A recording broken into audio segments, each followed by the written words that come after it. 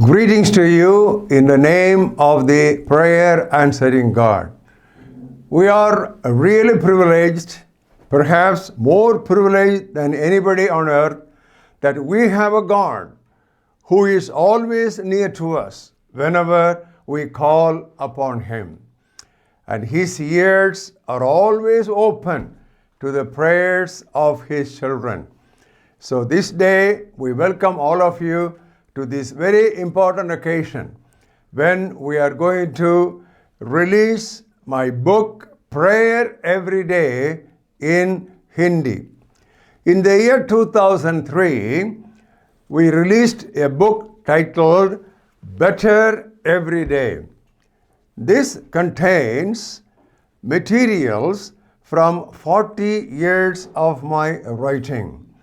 So this was brought as a daily devotional book, and the subtitle is Daily Meditation for a Wholesome Development as a Christian. Now this has gone to 11 languages so far, and some of the language editions we have done as much as 30 reprints. Praise God for that. This several of God's children are using year after year during the last perhaps 20 years. To God be the glory. This is a daily devotional in which God speaks to us. Now, I was equally burdened to bring out a book in which we must speak to God. So we titled it as Prayer Every Day. Better every day for God to speak to us through His Word, and prayer every day for us to speak to the prayer answering God. Now this book, we have got it translated into Hindi, and we want to really thank God for brother and sister Sudhanshu Kadam from Nagpur, who took so much of pains day and night to bring out this book in Hindi. And we have gathered here to dedicate and release that very important book, which is going to be a tremendous blessing to the Hindi-speaking Christians all over the world. Now over to Brother Sudhanshu Kadam, and after he speaks to us, I will come again to dedicate and release this book. Now, brother, please speak to us. Hallelujah. प्रभु यीशु मसीह के पवित्र और मधुर नाम में आप सबों को शलोम। प्रेयर एवरी डे इस इंग्लिश पुस्तक का आज हिंदी अनावरण हो रहा है। हालांकि ये पुस्तक और भी भाषाओं में उपलब्ध है। मैं परमेश्वर पिता को उसके इस अनुग्रह के लिए बहुत धन्यवाद देता हूँ। मैं ब्रदर आर स्टैनली को भी बहुत धन्यवाद देता हूँ कि उन्होंने मुझे यह काम सौंपा कि मैं आज का संदेश आप लोगों के साथ में बांटूँ। और आज के संदेश के लिए मैंने बाइबल मोती, बाइबल पर्ल्स, इस पुस्तक के 70th संदेश में से आप लोगों को सुना रहा हूँ। और ये ब्रदर आर स्टैनली के ही बीते 50 वर्षों से अधिक की गई उपदेश मंच की सेवकाई में से 200 चुने हुए संदेश इसमें मिलते हैं। तो आज हम लोग जिस विषय पर मनन करने जा रहे हैं वो है प्रार्थना, जिनके उत्तर हमें अलग अलग तरीकों से मिलते हैं। पवित्र शास्त्र बाइबल में यूहन्ना की इंजील और उसके पहले अध्याय के 12वें वचन में हमें यह समझने को मिलता है कि जितनों ने उसे ग्रहण किया उसने उन्हें परमेश्वर की संतान होने का अधिकार दिया, अर्थात उन्हें जो उसके नाम पर विश्वास करते हैं। अब परमेश्वर की संतान होने के कारण हम लोगों को जो विशेष अधिकार प्राप्त होते हैं उनमें से एक खास वाला यह है कि हमारा परमेश्वर हमारी प्रार्थनाओं का सुनने वाला परमेश्वर है और प्रार्थनाओं के उत्तर देने वाला परमेश्वर है। यदि हम व्यवस्था विवरण की पुस्तक और उसके 4थे अध्याय और उसके 7वें वचन को देखें तो वहां पर यह लिखा है कि ऐसी कौन सी जाति है, ऐसी कौन सी बड़ी जाति है जिसका देवता उसके ऐसे समीप रहता है जैसा हमारा परमेश्वर यहोवा, जबकि हम उसे पुकारते हैं। तो पुराना नियम भी हमें यही कह रहा है कि हमारा परमेश्वर हमारी प्रार्थना का उत्तर देने वाला परमेश्वर है। भजन संहिता के 65वें अध्याय और दूसरे वचन में तो परमेश्वर का नाम इस तरीके से लिखा है, हे प्रार्थना के सुनने वाले परमेश्वर। और यदि हम इब्रानियों की पुस्तक और उसके 4थे अध्याय और उसके 16वें वचन में देखें तो यहां लिखा है, आओ हम अनुग्रह के सिंहासन के निकट हियाव बांध कर चलें कि हम पर परमेश्वर की दया और अनुग्रह होवे। हमारा परमेश्वर हमारी प्रार्थनाओं को सुनकर हमें उत्तर देने वाला परमेश्वर है। परंतु अब एक प्रश्न खड़ा होता है और वो ये है कि क्या परमेश्वर हमारी सारी प्रार्थनाओं का उत्तर देता है? जी हां, पवित्र शास्त्र बाइबल हमें यही सिखाती है कि परमेश्वर हमारी प्रत्येक प्रार्थना का उत्तर दे रहा है। मत्ती रचित सुसमाचार और उसके 7वें अध्याय के 7वें और 8वें वचन में यह लिखा है कि मांगो तो तुम्हें दिया जाएगा, ढूंढो तो तुम पाओगे, खटखटाओ तो तुम्हारे लिए खोला जाएगा। क्योंकि जो मांगता है उसे मिलता है, और जो ढूंढता है उसे प्राप्त होता है, और जो खटखटाता है उसके लिए खोला जाता है। यदि हम यूहन्ना रचित सुसमाचार के 14वें अध्याय और उसके 13 और 14वें वचन को देखें तो यहां पर हम पाते हैं, यीशु ने कहा कि जो कुछ तुम मेरे नाम से मांगोगे वही मैं करूंगा, कि पुत्र के द्वारा पिता की महिमा हो। यदि तुम मुझसे मेरे नाम से कुछ मांगोगे तो मैं उसे करूंगा। प्रभु यीशु हमारी प्रार्थना का उत्तर देंगे, और वो लिखा है परमेश्वर पिता की महिमा होती है किस बात से? कि वो हमारी प्रार्थनाओं का उत्तर देने वाला परमेश्वर है। अब एक बात बताइए कि क्या हमारा अनुभव ऐसा ही कहता है कि हमारा परमेश्वर हमारी हर एक प्रार्थना को उत्तर देता है? यदि ईमानदारी से कहें तो उत्तर होगा नहीं। तो फिर हम लोग इस बात को किस रीति से समझें कि बाइबल कह रही है हमारी प्रत्येक प्रार्थना का उत्तर है, लेकिन हमारा अनुभव कह रहा है हमारी प्रार्थना नहीं सुनी जाती। परमेश्वर हमारी प्रार्थना के उत्तर 4 भिन्न तरीकों से दे सकता है और देता है।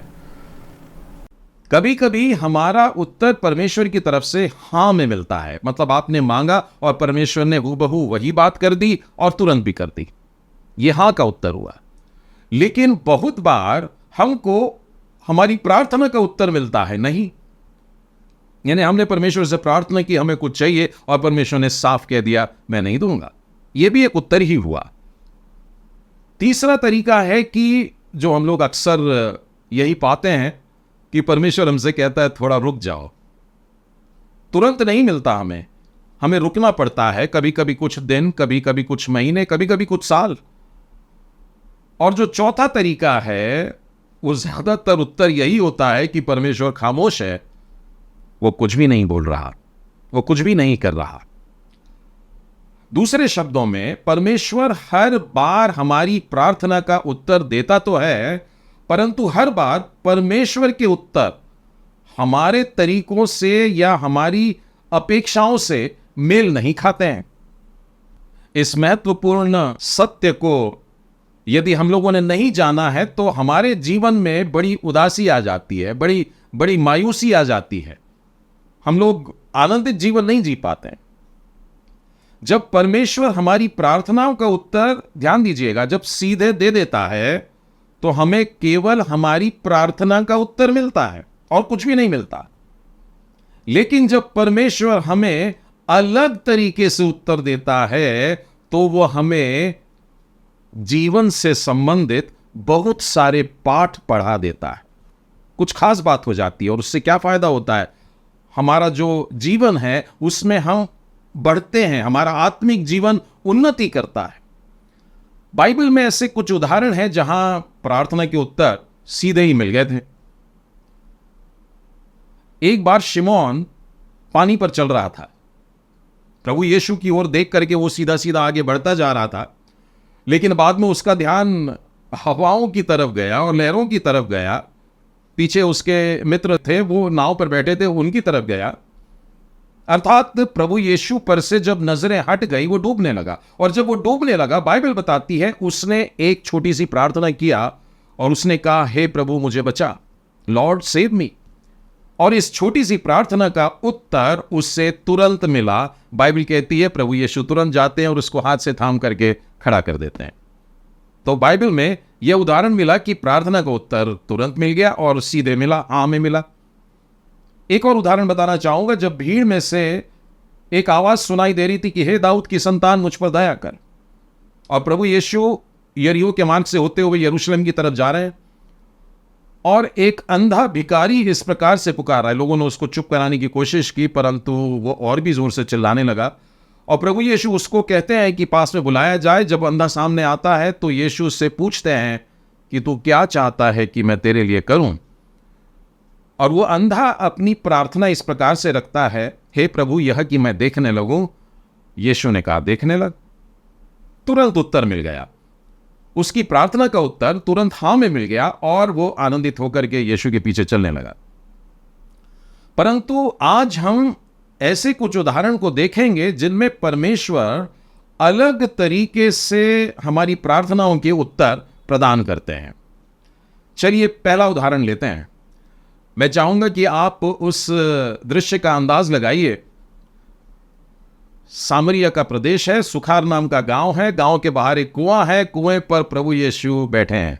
दोपहर का समय है, बड़ी तपती धूप होगी, और उस बीच ऐसा होता है कि गांव से एक महिला निकल कर आती है और वो पानी भरने के लिए आती है, और उनके बीच में जो वार्तालाप शुरू होता है उसके बारे में आप बहुत अच्छे से जानते हैं। मैं सीधे प्रार्थना के वाक्य पर आता हूं। जब उस स्त्री ने प्रभु यीशु से कहा, ये घटना आपको यूहन्ना के 4 अध्याय और उसमें लंबा भाग है, फिर भी आप 10वें वचन के पास में आ सकते हैं।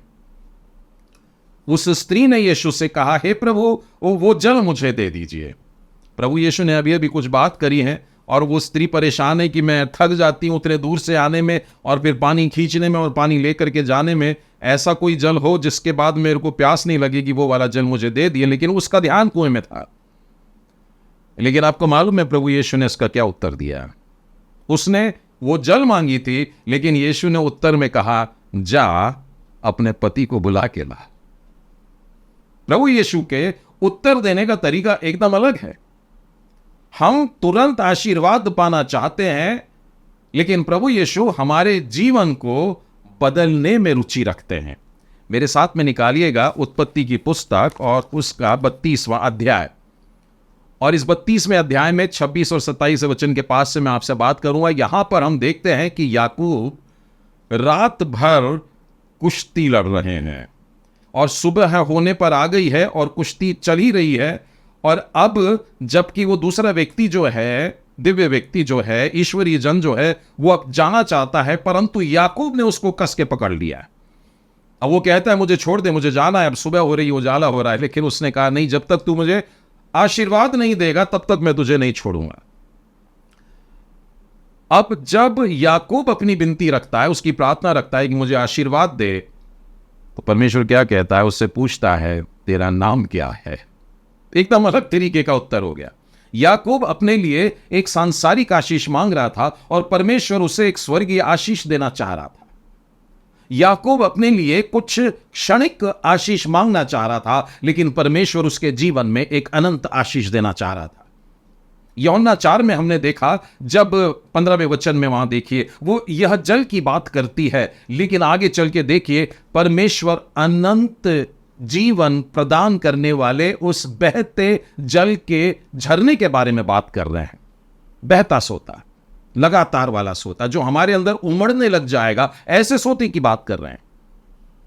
अब हम देखते हैं कि 15वें वचन में वो स्त्री उसको मात्र एक पुरुष करके या हे प्रभु कह के पुकारी है उसने, लेकिन 25वें वचन में आप आकर के देखिए उसकी पहचान बदल गई। अब वो उसको मसीह कहती है, वो कहती है उद्धारकर्ता मिल गया। परमेश्वर हमारी प्रार्थना को उत्तर देखिए कितने अलग तरीके से देता है। वो एक बड़ी आशीष देना चाहता है, वो अनंत काल की आशीष देना चाहता है, वो स्वर्गीय आशीष देना चाहता है। पहला तीमुथियुस और उसके 4 अध्याय में आइएगा। मैं 8वें और 9वें वचन में से आप लोगों को बताता हूं। यहां यूं लिखा है, कि देह की साधना से कम लाभ होता है, परंतु भक्ति सब बातों में लाभदायक होती है। हम लोग अपनी देह की तरफ बहुत ज्यादा ध्यान देते हैं, इसका मतलब कम लाभ की सोचते हैं। हमारी प्रार्थनाएं भी ऐसे ही हो जाती हैं, कम लाभ वाली। परमेश्वर हमको संपूर्ण तरह से सर्वांगीण विकास के लिए, आत्मिक विकास के लिए आशीर्वाद देना चाहता है। पहला कुरिन्थियों उसके 15वें अध्याय और उसके 19वें वचन में देखते हैं, यदि हम केवल इसी जीवन में मसीह से आशा रखते हैं तो हम सब मनुष्यों से ज्यादा अभागे हैं। केवल इसी जीवन में आशा रखते हैं, हमको लगता है जो कुछ भी है यही मांग लो, तो हम अभागे हैं और दुनिया से भी ज्यादा अभागे हम हैं, क्योंकि हमारा परमेश्वर उत्तर देने वाला परमेश्वर, अनंत की आशीषें देने वाला परमेश्वर हमारे लिए बहुत कुछ लेकर के खड़ा है। अब हमारी प्रभु की प्रार्थना के ऊपर भी गौर करिएगा। हम लोग साधारणतः रोज की रोटी वाला जो वाक्य बोलते हैं, हम लोग अपनी रोटी के लिए समझते हैं, पर इसके ऊपर आत्मिक बातें चल रही है। इस वाक्य के बाद में भी हम देखते हैं कि आत्मिक बातें चल रही हैं। लेकिन बाइबल हमें सिखाती है कि चिंता मत करना कि तुम क्या खाओगे और क्या पियोगे। मत्ती रचित सुसमाचार उसके 6वें अध्याय में आइए, उसके आप 31 से आगे अगर पढ़ेंगे, मैं 33 तक आपको पढ़ करके सुनाना चाहता हूं। इसलिए तुम चिंता करके यह मत कहना कि हम क्या खाएंगे और क्या पिएंगे और क्या पहनेंगे, क्योंकि अन्य जाति इन सब वस्तुओं की खोज में रहते हैं और तुम्हारा स्वर्गीय पिता जानता है कि तुम्हें इन सब बातों की आवश्यकता है। अब 33वें वचन को बड़े ध्यान से सुनिएगा। इसलिए पहले तुम परमेश्वर के राज्य और उसकी धार्मिकता की खोज करो, तब ये सब वस्तुएं तुम्हें दे दी जाएगी। दूसरा कुरिन्थियों उसका 4वां अध्याय और उसके 16वें वचन में आपको लेकर के चलना चाहता हूं। यहां पर यह लिखा है, इसीलिए हम हियाव नहीं छोड़ते, यद्यपि हमारा बाहरी मनुष्यत्व नाश भी होता जाता है, तो भी हमारा भीतरी मनुष्यत्व दिन प्रतिदिन नया होता जाता है। चलिए हम लोग दूसरे प्रार्थना की तरफ आगे बढ़ते हैं, और फिर से एक बार मैं चाहूंगा कि आप लोग एक दृश्य का अंदाज लगाइए। एक पहाड़ पर प्रभु यीशु अपने कुछ चुने हुए शिष्यों को लेकर के जा रहे हैं, पतरस, याकूब और यूहन्ना को। और जब वे पहाड़ पर जाते हैं, वहां पर उनका रूप परिवर्तन हो जाता है, और वहां का दृश्य देख करके चेले लोग थोड़े से घबरा गए हैं, क्योंकि एक और विचित्र बात हो रही है कि प्रभु यीशु के साथ में उनको 2 और व्यक्ति नजर आ रहे हैं, और वो हैं मूसा और एलिया। चेले बड़े घबराए हुए हैं, और इसी बीच चेलों की प्रार्थना इस प्रकार से होती है कि हे प्रभु, हम यहां पर 3 तंबू बना लें। ये घटना मैंने आपको मरकुस रचित सुसमाचार उसके 9वें अध्याय से बताया हूं, और यही घटना हमको लूका के 9वें अध्याय में भी मिलती है। यहां पर हम देखते हैं कि शिष्यों में एक धार्मिक उत्साह आ गया है, और वो समझ भी नहीं आ रहा, पर वो कुछ मांग जाते हैं। हम लोग भी कई बार अपनी प्रार्थनाओं में ऐसी बातें धार्मिक उत्साह में भर करके मांग लेते हैं कि हमको लगता है हमारी प्रार्थना बड़ी धार्मिक प्रार्थना है, लेकिन परमेश्वर उन प्रार्थना का उत्तर अलग तरीके से देता है। यहां पर 9वें अध्याय के 6वें वचन में लिखा है कि वो जानते ना थे कि क्या उत्तर दें, क्योंकि वो बहुत डर गए थे। लेकिन परमेश्वर हमको इस घटना में 2 जीवन के पाठ पढ़ाना चाहता है। देखिए आगे क्या लिखा है, तब एक बादल ने उन्हें ढांक लिया। ये 7वें वचन में इस प्रकार से लिखा है, और उसमें सभी एक आवाज आने वाली है, और ये आवाज जो परमेश्वर की आ रही है, यही हमारे लिए सुधारने वाली शिक्षा है। परमेश्वर चाहता है कि हम प्रभु यीशु की तुलना किसी के भी साथ न करें, मनुष्यों के साथ में भी नहीं, यहां तक कि बाइबल में दिए हुए संतों के साथ में भी नहीं, स्वर्गदूतों के साथ में भी नहीं, प्रभु यीशु की तुलना में नहीं करना है। तो बादल छा जाता है, और बादल छा जाने के बाद में एक आवाज उनको उस बादल में से सुनाई दे रही है, और वह आवाज इस प्रकार से है कि यह मेरा प्रिय पुत्र है, इसकी सुनो। अब वहां तो 3 लोग खड़े हैं, परमेश्वर पिता किसको अपना पुत्र बोल रहा है? 8वें वचन में देखते हैं, तब उन्होंने एकाएक चारों ओर दृष्टि की और यीशु को छोड़ अपने साथ और किसी को न देखा।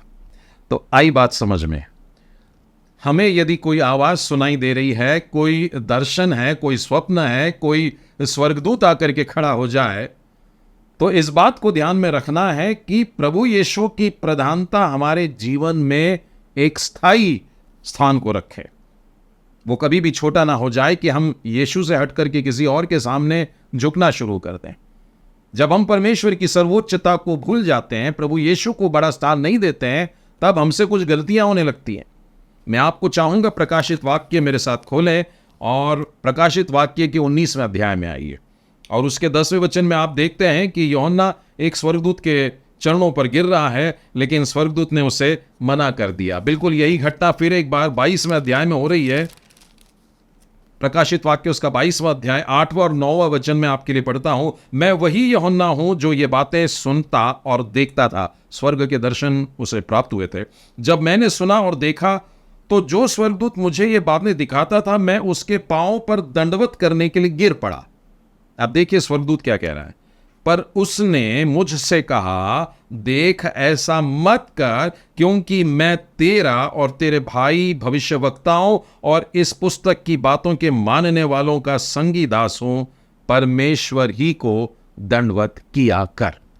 तो ऐसे धार्मिक उत्साह में आ करके हम लोग ये गलती कर बैठते हैं और प्रभु यीशु की सर्वोच्चता को भूल जाते हैं। एक और बात यहां पर हमें सीखना है कि हम आपस में लड़ने भी लग जाते हैं कि अब मैं बड़ा कौन है। ये घटना हमको लूका के 9वें अध्याय और 46वें वचन में दिखती है। उनमें यह विवाद होने लग गया। किस बात का विवाद? कि हम में बड़ा कौन है। अब यहां पर परमेश्वर हमको एक और बात सिखाते हैं और वो ये है कि ऐसे उत्साह में आकर के और ऐसी प्रार्थनाएं करके ये मत भूल जाना कि तुम्हारी जरूरत वहां है जहां पर लोग खड़े हैं। इसके लिए आइए मरकुस के 9वें अध्याय में फिर से एक बार चलते हैं और यहां पर मैं आपको 14वें वचन के आगे बताता हूं। पहाड़ से उतर करके आ गए हैं और वहां पर जब चेलों के पास में गया तो देखा कि उनके चारों ओर बड़ी भीड़ लगी है और शास्त्री उनके साथ में विवाद कर रहे हैं। उसे देखते ही सब बहुत ही आश्चर्य करने लगे और उसकी ओर दौड़कर उसे नमस्कार किए। उसने उनसे पूछा, तुम इनसे क्या विवाद कर रहे हो? फिर भीड़ में वहां पर एक पिता आता है और वो अपने बच्चे को लेकर के आ रहा है और वो बताता है कि मेरे बच्चे में गूंगी दुष्ट आत्मा समा गई है। मैंने तेरे चेलों के पास में लेके गया पर वो कुछ नहीं कर पा रहे हैं। और प्रभु यीशु के पास में जब वो लाया जाता है तब परमेश्वर का अनुग्रह भरा हाथ, चंगाई भरा हाथ उस बच्चे के लिए आता है और प्रभु यीशु उसको चंगाई देते हैं। उसकी तकलीफ में से उसे निकालने की बजाय यहाँ चेले अपने आप को बड़ा दिखाने के लिए लगे हैं कि हम में बड़ा कौन है और शास्त्रियों के साथ में विवाद करने लगे हैं। लेकिन प्रभु यीशु वहां से हट करके उस ओर जाते हैं जहां तकलीफ में हैं लोग, जहां पर आवश्यकता है, जहां पर प्रभु यीशु चाहते हैं कि तुम जाकर के वहां सेवा करो। हम अपने धार्मिक उत्साहों में खो न जाए, हमें ज़रूरतमंदों की सहायता करनी है। मैं चाहूँगा आप लोग इब्रानियों की पुस्तक खोलें और उसके आखिरी अध्याय में आइएगा। इब्रानियों का 13वां अध्याय मैं 15 और 16 आपके सामने पढ़ता हूँ। इसलिए हम उसके द्वारा स्तुति रूपी बलिदान अर्थात उन ओंठों का फल जो उसके नाम का अंगीकार करते हैं परमेश्वर को सर्वदा चढ़ाया करें। परंतु एक और वचन आगे पढ़ते हैं, भलाई करना और उदारता दिखाना मत भूलना, क्योंकि परमेश्वर ऐसे बलिदानों से प्रसन्न होता है। तो पहले वचन में, 15वें वचन में बहुत स्पष्ट लिखा है कि हमें परमेश्वर को ओंठों से भी स्तुति करनी है। लेकिन जिस बात से परमेश्वर प्रसन्न होता है वो कौन सी है? जब हम भलाई करते हैं और उदारता दिखाते हैं। चलिए हम लोग तीसरे प्रार्थना के उदाहरण की तरफ आगे बढ़ेंगे। एक बार फिर से उस दृश्य का अंदाज लगाइए कि बैतनिया का गांव है और प्रभु यीशु लाजर के घर पर आए हुए हैं और काफ़ी लोग होंगे, शिष्यों के अलावा भी और लोग होंगे। और मार्था रसोई घर में काम कर रही है, परेशान है, और मरियम जो है वो प्रभु यीशु के पास में बैठी है और यीशु के वचन को सुन रही है, परमेश्वर के राज्य के रहस्यों को सुन रही है। अब इस बीच में प्रार्थना करने वाला कौन है? मार्था। अब ये बहन आती है और यीशु से प्रार्थना कर रही है कि मेरी बहन मरियम से कहे कि मेरी मदद करे, रसोई के काम में मेरी मदद करे। एक दृष्टिकोण से अगर हम देखें तो ऐसा लगता है कि मार्था की जो प्रार्थना है वो वैध है। मतलब वाजिब है, सही है। प्रभु यीशु यहां पर मार्था को अलग तरीके से जो उत्तर दे रहे हैं, तो उसको यह सिखा रहे हैं कि मार्था को अपने जीवन की प्राथमिकताओं को पुनः निर्धारित करने की आवश्यकता है। देखिए, यह घटना लूका के 10वें अध्याय में दी गई है। अगर आप 38 से 42 के बीच में पढ़ें तो वहां पर प्रभु यीशु ने इस प्रकार से कहा है, मार्था, हे मार्था, तू बहुत बातों की चिंता करती है, बहुत घबराती है, परंतु एक बात अवश्य है, और उस उत्तम भाग को मरियम ने चुन लिया है, और यह उससे छीना नहीं जाएगा। यदि हम 41वें वचन को देखें तो यहां पर लिखता है, बहुत बातें, हमारे जीवन की बहुत सारी बातें महत्वपूर्ण हो सकती हैं, लेकिन 42वें वचन में लिखा है, एक बात आवश्यक है। इतनी सारी महत्वपूर्ण बातों में से एक बात आवश्यक है, और प्रभु यीशु कहते हैं उस एक खास बात को, उस एक आवश्यक बात को हमें चुन लेने का है।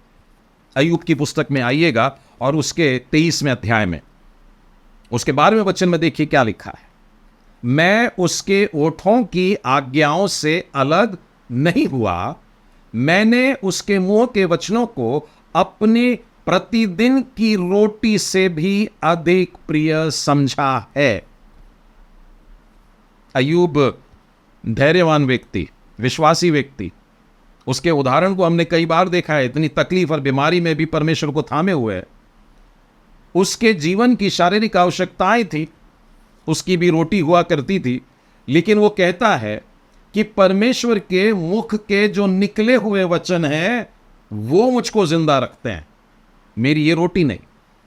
हम यही वचन व्यवस्था विवरण में भी और मत्ती 4 में भी पढ़ते हैं। तो अय्यूब हमको यही बात दृढ़तापूर्वक अपने जीवन से बोल करके बता रहा है कि हमारा चुनाव है वो सही होना चाहिए। और एक और बात, हमारा जो चुनाव है ये अच्छे और बुरे के बीच में नहीं है, परंतु हमारा चुनाव अच्छे और बहुत अच्छे के बीच में है। यहां पर मैं एक आग्रह करना चाहूंगा आप लोगों से कि छोटी छोटी बातों के कारण आप अपने घर में चिड़चिड़ेपन को स्थान न दे, झगड़े को स्थान न दे। भाई बहन आपस में प्रेम से रहे, पति पत्नी भी आपस में एक दूसरे के साथ में प्रेम से रहें। चलिए हम लोग चौथे उदाहरण की तरफ आगे बढ़ेंगे, एक और प्रार्थना की तरफ बढ़ते हैं। इस दृश्य का अंदाज लगाइएगा। घर में बड़े बुजुर्ग लोग हैं और 2 वारिसदार हैं, और उस बुजुर्ग व्यक्ति की मृत्यु हो गई है, और मृत्यु हो जाने के बाद में उनकी जो मिरास थी, जो प्रॉपर्टी थी, उसका बंटवारा होता है। लेकिन इस बंटवारे से एक भाई या एक बेटा खुश नहीं है। वो समझता है कि मेरे दूसरे वाले भैया ने कुछ ज्यादा ही ले लिया है। अब वो यीशु के पास में आता है और उसकी प्रार्थना करता है। ये घटना हमको लूका के 12वें अध्याय और उसके 13 और 14 वचन में मिलेगी। उसकी प्रार्थना के शब्द इस प्रकार से हैं, मेरे भाई से कह दीजिए कि मेरे पिता की संपत्ति में से मुझको बांट दे, या सही सही तरीके से बांट दे। अब प्रभु यीशु ने यहां पर संपत्ति के बंटवारे में इस व्यक्ति की प्रार्थना को सीधे नहीं सुना है, क्योंकि संपत्ति के बांटे जाने में यह बात संभवतः हो सकती है कि बराबरी से नहीं हुआ होगा, परंतु प्रभु यीशु ने इस प्रार्थना करने वाले परेशान व्यक्ति के जीवन में लालच को देखा। अब देखिए आगे के वचन में हम पढ़े, अगर 15वें वचन में इस प्रकार से लिखा है, प्रभु यीशु ने लोगों से कहा, चौकस रहना, हर प्रकार से, सब प्रकार के जो लोभ होते हैं वो मनुष्यों को नाश करने के लिए आते हैं, उनसे बच करके रहना, क्योंकि किसी का जीवन उसकी संपत्ति की बढ़ती से नहीं होता है। इसका अर्थ यह होता है कि इस व्यक्ति के पास कुछ भी नहीं है, ऐसा नहीं था उसके पास में, लेकिन उसको और चाहिए था। और यही बात के लिए प्रभु यीशु ने यहां पर हमको सिखाया है।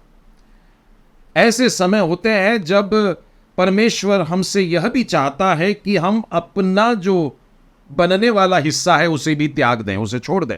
पवित्र शास्त्र में से कुछ वचन आप लोगों के सामने रखना चाहूंगा, जहां पर यह बात स्पष्ट होने वाली है कि यहोवा मेरा भाग है और मेरे कटोरे का हिस्सा है। ये वचन हमको भजन संहिता के 16वें अध्याय और 5वें वचन में मिलता है। भजन संहिता के 73 में भी आइए और वहां पर भी बिल्कुल ऐसा ही भाव है। 73वां अध्याय 25 और 26 में लिखा है, परमेश्वर के संग रहते हुए मैं पृथ्वी पर और कुछ नहीं चाहता। परमेश्वर अगर साथ में है तो मुझे और कुछ भी नहीं चाहिए। परमेश्वर सर्वदा के लिए मेरा भाग और मेरे हृदय की चट्टान है। एक और वचन बताना चाहूंगा, उत्पत्ति में आइएगा। उत्पत्ति के 13वें अध्याय में एक छोटा सा झगड़ा चल रहा है। वहां पर अब्राम और उसका जो भतीजा है लूत, उनके चरवाहों के बीच में झगड़ा हो गया है। तो 13वें अध्याय के 7वें और 8वें 9वें वचन की तरफ चलते हैं।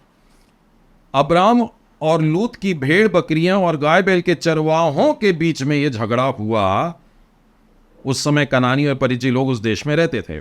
तब अब्राम लूत से कहने लगा, बड़े ध्यान से सुनिएगा ये वाली बात को, क्योंकि परमेश्वर हमको बंटवारे की जब बात आती है तो यह सिखा रहे हैं कि कैसे कर हम दूसरों को पहला स्थान दें। मेरे और तेरे बीच में, अब्राहम लूत से कह रहा है, मेरे और तेरे बीच में, मेरे और तेरे चरवाहों के बीच में झगड़ा न होने पाए, क्योंकि हम लोग भाई बंधु हैं। ये कलीसिया की तस्वीर होनी चाहिए कि सब एक ही परिवार के हैं, सब भाई बंधु हैं, सब भाई बहन हैं। अब्राहम ने लूत के साथ में बिल्कुल यही प्रेम दिखाया। क्या सारा देश तेरे सामने नहीं, इसलिए मुझसे अलग हो जा। यदि तू बाईं ओर जाएगा तो मैं दाहिनी ओर जाऊंगा, और यदि तू दाहिनी ओर जाएगा तो मैं बाईं ओर जाऊंगा। अब्राहम उम्र में बहुत थे, लेकिन अपने जवान भतीजे से इस प्रकार से उन्होंने कहा कि ठीक है, हम लोग बंटवारा कर लेते हैं, तुझको जहां जाना है तू वहां पर चले जा, पहला चुनाव तू कर ले, और जहां तू जाएगा मैं उसके ठीक विपरीत स्थान पे चला जाऊंगा। ध्यान रखें इस बात को कि हम बटोर करके धनवान नहीं बनते, परंतु जब हम बांटते हैं, जब हम जरूरतमंदों को देते हैं, तब हम वास्तव में धनवान बनते हैं। मैं नए नियम की पुस्तक में से भी आप लोगों को इसी से संबंधित कुछ उदाहरण बता देना चाहता हूं। लूका रचित सुसमाचार और उसके 12वें अध्याय में 20 और 21 में देखिए क्या लिखा है कि जो कुछ तूने इकट्ठा किया है वो किसका होगा। ऐसा ही वह मनुष्य भी है जो अपने लिए धन बटोरता है, परंतु परमेश्वर की दृष्टि में धनवान नहीं है। लूका 12 में ही आप 33 और 34 वचन को देखिए, अपनी संपत्ति बेचकर दान कर दो और अपने लिए ऐसे बटुए बनाओ जो पुराने नहीं होते, अर्थात स्वर्ग पर ऐसा धन इकट्ठा करो जो घटता नहीं है। स्वर्ग के धन के पास में चोर नहीं आता है, स्वर्ग के धन में वहां कीड़े नहीं लगते हैं, स्वर्ग के घर में वहां काई नहीं लगती है। जहां हमारा धन होगा वहीं हमारा मन रहेगा। यदि यहां पर रखा है तो सारा ध्यान यहीं लगा रहेगा, लेकिन परमेश्वर के पास में अपना धन इकट्ठा करें तो परमेश्वर के पास में हमारा ध्यान लगा रहेगा। पहला तीमुथियुस और उसके 6वें अध्याय में आइएगा और वहां पर से आपको मैं 17 और 18 और 19 में से बताता हूं। इस संसार के धनवानों को आज्ञा दे कि वे घमंडी ना हो और अपने चंचल धन पर आशा न रखें, परंतु परमेश्वर पर जो हमारे सुखों के लिए सब कुछ भरपूरी से देता है, और भलाई करें और भले कामों में धनवान बने, उदारता के कामों में, देने के कामों में तत्पर रहें और आगे के लिए एक अच्छी नींव डालें। जीवन को वश में करने का यही बढ़िया तरीका है। चलिए अगले उदाहरण की तरफ आगे बढ़ते हैं। 5वीं प्रार्थना सुनने जा रहे हैं हम। फिर से एक बार दृश्य का अंदाज लगाइए कि घर में कोई बीमार पड़ा है, परमेश्वर याद आ गए, और ये 2 बहनें हैं जिसके भैया जी बीमार पड़े हैं और उन्होंने प्रभु यीशु को खबर भिजवाई है, और उनकी प्रार्थना के शब्द यह हैं कि हे प्रभु, देख लाजर जिससे तू बहुत प्रीति रखता है वो बीमार है। मैंने यूहन्ना रचित सुसमाचार और उसके 11वें अध्याय में से आप लोगों को बताया है। यहां पर प्रार्थना बहनें कर रही हैं और वो चाहती हैं कि यीशु जल्दी से आ जाए और लाजर पे हाथ रख दे और उसको चंगा कर दे। लेकिन बाइबल में आप देखेंगे इस बात को तो ऐसा प्रतीत होता है कि प्रभु यीशु ने इस प्रार्थना को नहीं सुना। क्यों? क्योंकि यीशु बैतनिया नहीं पहुंचे। लगता है प्रभु यीशु ने यह प्रार्थना नहीं सुना क्योंकि लाजर की मृत्यु हो जाती है। लेकिन इस विनती के तुरंत बाद, अगर आप 11वें अध्याय के 6वें वचन में देखें तो लिखा है कि जब यीशु ने यह सुना कि लाजर बीमार है तो जिस स्थान पर वह था वहां 2 दिन और ठहर गया। मतलब प्रभु यीशु ने जानबूझ करके यह निर्णय लिया है कि वो तुरंत नहीं जाएंगे। जिस स्थान में थे, दूर कहीं थे, वहीं पर रह गए और वे 2 दिन और नहीं आए। और 21वें वचन में हम देखते हैं कि मार्था ने यीशु से कहा, हे प्रभु, यदि आप यहां पर होते तो मेरा भाई लाजर कदापि न मरता। तो हम ध्यान रखें इस बात पर कि प्रार्थना के उत्तर में अगर देरी होती है तो इसका यह मतलब नहीं है कि प्रार्थना ठुकराई गई है, बल्कि इस देरी के कारण हमारे विश्वास को मजबूती परमेश्वर ने प्रदान किया है। इस घटना में अगर हम देखते हैं तो मरियम और मार्था वास्तव में अपने भाई की चंगाई को मांग रहे थे, लेकिन परमेश्वर ने क्या दिया? पुनरुत्थान का गिफ्ट दिया। मरे हुए में से उनके भाई को उसने जिंदा किया। हम लोग अपनी छोटी छोटी महत्वाकांक्षाओं को, छोटी छोटी प्रार्थनाओं को लेकर के प्रभु के पास जाते हैं। इनसे हमें अब परे रहना पड़ेगा। इफिसियों का 3 अध्याय 20 और 21 में लिखा है, जो अब ऐसा सामर्थी है कि हमारी विनती और समझ से कहीं अधिक काम कर सकता है। उस सामर्थ के अनुसार जो हम में कार्य करता है, कलीसिया में कार्य करता है, और मसीह यीशु में उसकी महिमा पीढ़ी से पीढ़ी तक युगानुयुग होती है। हमारी सोच से कहीं ज्यादा वो सोचता है। यूहन्ना के 11वें अध्याय और 4वें वचन में जब लाजर की बीमारी की खबर आती है तब वास्तव में यीशु दूसरे गांव में रहते, पर वहां से वो ये कहते हैं कि यह बीमारी मृत्यु की नहीं है, परंतु परमेश्वर की महिमा के लिए है कि उसके द्वारा पुत्र की भी महिमा हो। हमारी परीक्षाओं के समय में और हमारे कठिन समय में परमेश्वर हमारे साथ किस तरीके से बर्ताव करता है, यह दूसरे लोगों के लिए भी पाठ बन जाता है। यूहन्ना के 11वें अध्याय और उसके 5वें वचन में यहां पर हम पढ़ते, यीशु मार्था और उसकी बहन और लाजर से प्रेम रखता था। तुरंत आ जाना चाहिए था, लेकिन प्रभु यीशु कुछ दिन रुके हैं, और जब आते हैं तो पता लगता है कि 4 दिन की देरी हो चुकी है। लेकिन जब वे आते हैं तो देखिए 15वें वचन में लिखा है, यीशु ने कहा, मैं तुम्हारे कारण आनंदित हूं कि मैं वहां न था, ताकि तुम विश्वास करो, जो अब तक नहीं कर रहे थे। तुम्हारे सोच में प्रभु यीशु के पास में केवल बीमारियों की चंगाई का विश्वास था, लेकिन मैं उस समय नहीं आया, अब आऊंगा, और जब उसको मृतकों में से जीवित करूंगा, तब तुम ये जानोगे कि परमेश्वर ने मुझे मृतकों को भी जीवित करने का अधिकार दिया है। तुम अपने विश्वास में बढ़ोगे। यूहन्ना के 11वें अध्याय 41 और 42 में वहां पर लिखा है कि लोगों ने जब पत्थर को हटाया, फिर यीशु ने आके उठा करके कहा, हे पिता, मैं आपका धन्यवाद करता हूं क्योंकि आपने मेरी प्रार्थना को सुन लिया। और प्रभु यीशु कहते हैं कि मैं जानता था कि परमेश्वर आप मेरी हमेशा सुनते हैं, परंतु इस भीड़ के कारण, जो यहां पर अविश्वासी लोग हैं, मैं उनके कारण ये कहा हूं, ताकि वे भी विश्वास लाएं कि आप ही ने मुझे भेजा है। तो हम इस बात को सीख लें कि अब से जब कभी हम पर दुख आएंगी, विपत्ति आएंगी, व्यथा आएगी, तो हम उसे बेकार नहीं जाने देंगे। उससे हम अपने लिए भी सीखेंगे और साथ ही दूसरों के लिए भी आशीष का कारण बनेंगे। चलिए हम लोग अगले उदाहरण की तरफ आगे बढ़ेंगे। ये 6वीं प्रार्थना होगी और आज के लिए आखिरी वाली। फिर से एक बार उस दृश्य का अंदाज लगाइए। प्रभु यीशु स्वर्ग राज्य का वचन सुना रहे हैं और बहुत बड़ी भीड़ लगी है, और इस भीड़ में उसके पकड़ने वाले भी शामिल हैं। शास्त्री और फरीसी लोग भी वहीं पर खड़े हैं। वे प्रभु यीशु में कोई त्रुटि ढूंढना चाह रहे हैं और वे यीशु के पास में आकर कहते हैं, हे गुरु जी, हम तुझसे एक चिन्ह देखना चाहते हैं। मैंने ये घटना आपको मत्ती रचित सुसमाचार और उसके 12वें अध्याय में से बताया हूं। यदि आप निकालना चाहें तो 38 से 41 के बीच के भाग में आ जाइए। और जब वो उनसे चिन्ह को मांगते हैं तो प्रभु यीशु ने उनको चिन्ह दिया क्या? उनको ये उत्तर देता है कि एक खास चिन्ह है, उसको छोड़कर और कोई चिन्ह तुमको न दिया जाएगा। क्यों? क्योंकि परमेश्वर ने अब तक, यानी उत्पत्ति की पहले अध्याय से लेकर आज तक जो भी कुछ किया है वो जरूरत से ज्यादा है, पर्याप्त है। यदि आप भजन संहिता का 19वां अध्याय और उसके पहले वचन को पढ़ते हैं तो आकाश परमेश्वर की महिमा का वर्णन कर रहा है और आकाश मंडल उसकी हस्तकला को प्रकट कर रहा है। क्या यह पर्याप्त नहीं है चिन्ह के लिए? मत्ती रचित सुसमाचार निकालिएगा, उसका 6वां अध्याय और उसके 26 वचन में यहां पर इस प्रकार से लिखा है, यीशु ने कहा, आकाश के पक्षियों को देखो, वे न तो बोते हैं, न काटते हैं और न ही खत्तों में बटोरते हैं, तो भी तुम्हारा परमेश्वर पिता उन्हें खिलाता है। किनको? चिड़ियों को। मत्ती रचित सुसमाचार के 6वें अध्याय 28 से 30 के बीच में देखिए, यहां पर लिखा है, जंगल के फूलों पर ध्यान करो कि वे कैसे बढ़ते हैं, वे न तो परिश्रम करते हैं और न ही काटते हैं, उनको अद्भुत रंगों से और खुशबू से कौन भरता है? परमेश्वर।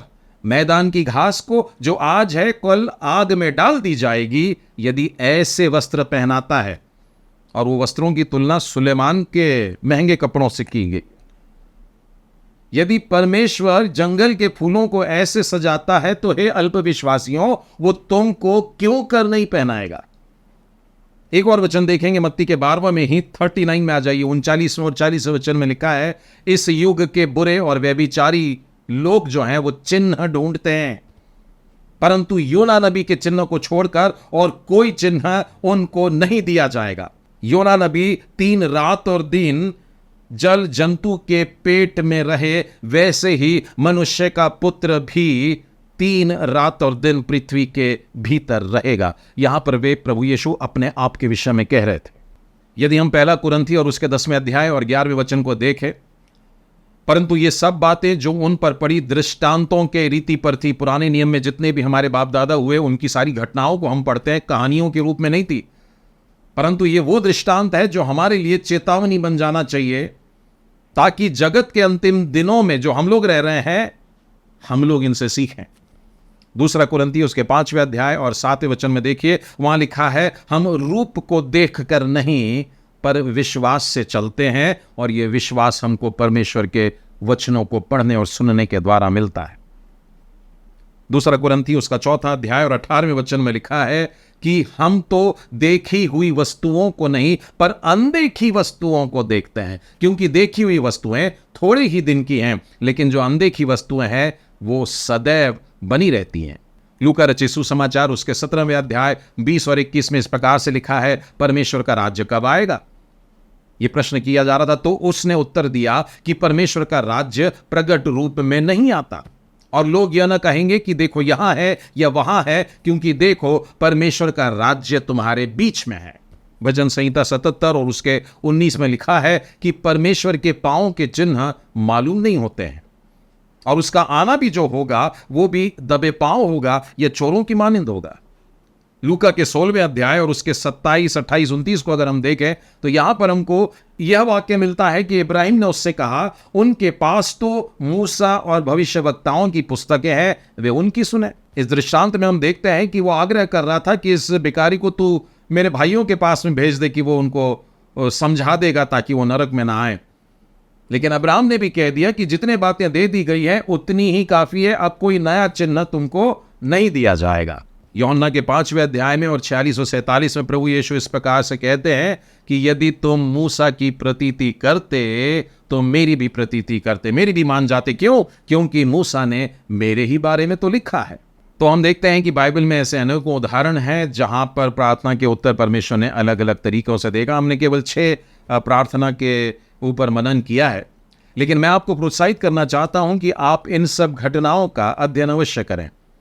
लूका के 9वें अध्याय और उसके 54वें वचन में लिखा है, हे प्रभु अनुमति दीजिए कि हम आकाश से आग गिरकर उन्हें भस्म कर दें। यहां पर हम देखते हैं कि प्रभु यीशु सामरिया के गांव से जाना चाहते थे और लोगों ने उनको ग्रहण नहीं किया, तो चेले लोगों ने एलिया वाली नबी की घटना याद करी। जब एलिया नबी बाल देवता के पुजारियों के साथ में करमेल पर्वत पर थे, तब वहां उन्होंने प्रार्थना की थी और तुरंत आग आ गई थी। लेकिन यहां पर लोग हैं, यहां पर मनुष्य हैं, यहां पर सामरी लोग हैं और परमेश्वर उन पर दया करना चाहता है। इसका यह भी मतलब है कि हमको बाइबल की घटनाएं बहुत अच्छे से याद हो गई हैं, सिर्फ ये नहीं मालूम है कि कौन सी बात को कहां पर लागू करना है। ध्यान रहे कि सेवकाई में सफलता मिले ना मिले, लेकिन आत्माएं बचाना यह हमारा काम है। लूका के 9वें अध्याय 56वें वचन को गौर से देखिए, क्योंकि लिखा है, मनुष्य का पुत्र लोगों के प्राणों को नाश करने के लिए नहीं वरन बचाने के लिए आया है। और वे किसी और गांव में आगे चले जाते हैं। इसी प्रकार की प्रार्थना हम लोग कई बार भी करते हैं कि जैसे जब्दी के पुत्रों की माता यीशु के पास में जाती है, प्रभु जी जब आप अपने राज्य में आएंगे ना तो मेरे एक बेटे को दाएं और एक को बाएं तरफ बैठने देना। ये मत्ती के 20वें अध्याय में हमको ये घटना मिलती है। लेकिन जो उत्तर मिलता है उससे हमको ये सीखने को मिलता है अपनी सारी आकांक्षाएं को हम परमेश्वर की योजनाओं के अधीन कर दें। मरकुस के 10वें अध्याय 42 और 44 में लिखा है, यीशु ने कहा, जो तुम में बड़ा होना चाहता है वो तुम्हारा सेवक बने, और जो कोई तुम में प्रधान होना चाहता है वो सबका दास बने। तो कोई भी छोटा रास्ता नहीं है, हम लोगों को कोई शॉर्टकट नहीं करने का है, बल्कि छोटे से शुरुआत करनी है और फिर जा करके जहां परमेश्वर हमको ऊंचे पर बैठाना चाहता है। आप इस वाली प्रार्थना को भी याद रखें कि जब शिष्यों ने कहा कि हमारा विश्वास बढ़ाइए, लूका के 17वें अध्याय में 3, 4 और 5 में पढ़िएगा, और प्रभु यीशु उनको क्षमा के बारे में सिखाते हैं। तो निष्कर्ष क्या है, जब ऐसे पाठों को हम पढ़ते हैं तब वास्तव में यूहन्ना 15:7 में देखिए, यदि तुम मुझ में बने रहोगे और मेरी बातें तुम में बनी रहेगी तो जो चाहे मांगोगे और वो तुम्हारे लिए हो जाएगा। मैं एक सुंदर सी कविता के साथ में आज के संदेश को समाप्त करना चाहता हूं कि मैंने जब परमेश्वर से सामर्थ्य मांगा, परमेश्वर ने मुझको कठिनाइयां दी ताकि मैं मजबूत हो जाऊं। जब मैंने परमेश्वर से बुद्धि मांगा तो परमेश्वर ने मुझको समस्याएं दे दिया ताकि मैं उनको सुलझाऊं। मैंने जब समृद्धि मांगा तो परमेश्वर ने मुझे दिमाग और शक्ति दिया ताकि मैं मेहनत करूं। जब मैंने परमेश्वर से हिम्मत मांगा तो परमेश्वर ने मेरे जीवन में खतरों को भेज दिया ताकि मैं उन पर जय पाऊं। जब मैंने परमेश्वर से धैर्य मांगा तो परमेश्वर ने मेरे सामने विकट परिस्थितियां दे दी ताकि मैं ठहरना सीखूं। मैंने जब परमेश्वर से प्रेम मांगा, परमेश्वर ने मुझको परेशान लोग दे दिया ताकि मैं उनकी सहायता करूं। मैंने जब अनुग्रह मांगा, परमेश्वर ने मुझे अवसर दिए हैं।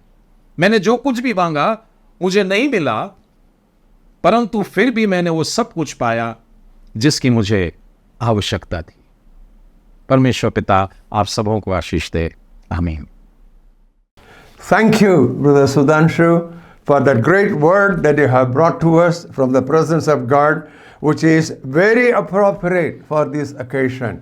May God bless you and your family for all that you do in translating my materials into Hindi to bless the Hindi-speaking community.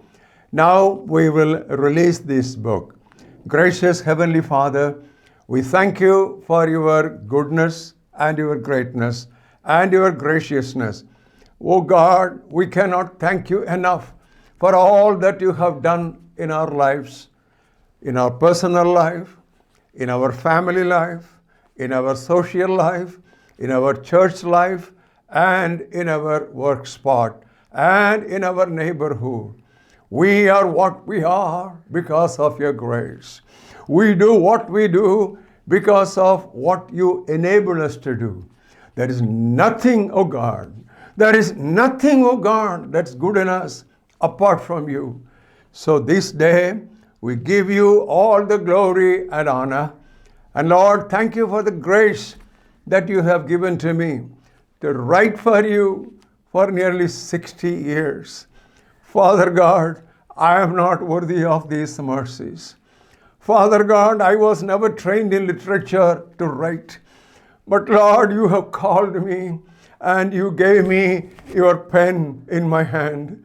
Thank you, Lord, for what you have been doing in and through me to glorify your name and to bless your people all these 6+ decades. I want to give all the glory to you. Even now, Lord, as we are releasing this book, Prayer Every Day in Hindi, Father God, let it first of all glorify your name. And, oh God, let it exalt the word that you have given to us so preciously. And, oh God, let it bless all your people worldwide. We pray, oh God, that all glory and all honor and all praise will ultimately come to you. Now, O God, in the name of your dear Son, our Lord Jesus Christ, with the power of the Holy Spirit and your love, we now dedicate this for the extension of your kingdom and the exaltation of your name and the edification of your people. In Jesus' name, Amen.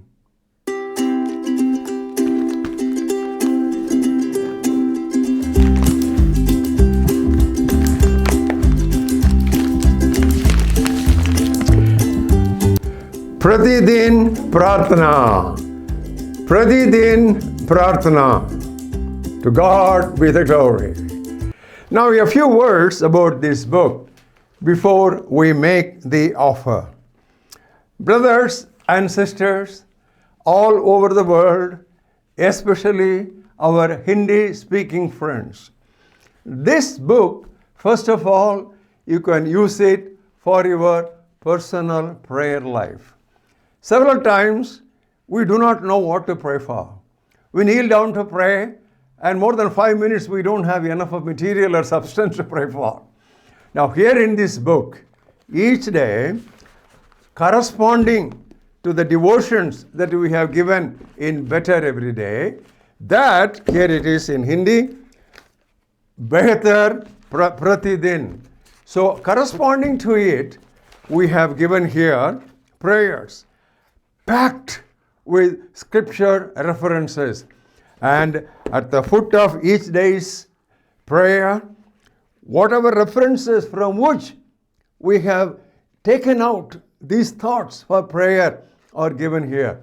So as you use this book, not only your prayer life will be deepened, your understanding of God's word in the context of prayer will also grow higher and higher. You will soar really high in your prayer life, and you will reach new heights in your prayer life, an understanding of God's ways through His Word. This book costs 200 rupees per copy, but we want to make an offer. Today is the 20th of March 2025. For another 10 days, that is till the end of this month. Now this book will be given at half the rate during the rest of this month. That is till the end of March 2025. All that you need to do is to send your full address by WhatsApp to the number that you see on the screen. Send your address in full by WhatsApp to this number. Once again, this offer is not only to preachers or full-time servants of God. This offer is to all the children of God, whoever would write to us before the end of this month. Make sure the address is complete. After the end of this month, that is from 1st of April, you can order copies at rupees 200 per copy plus forwarding charges. God bless you. All the best.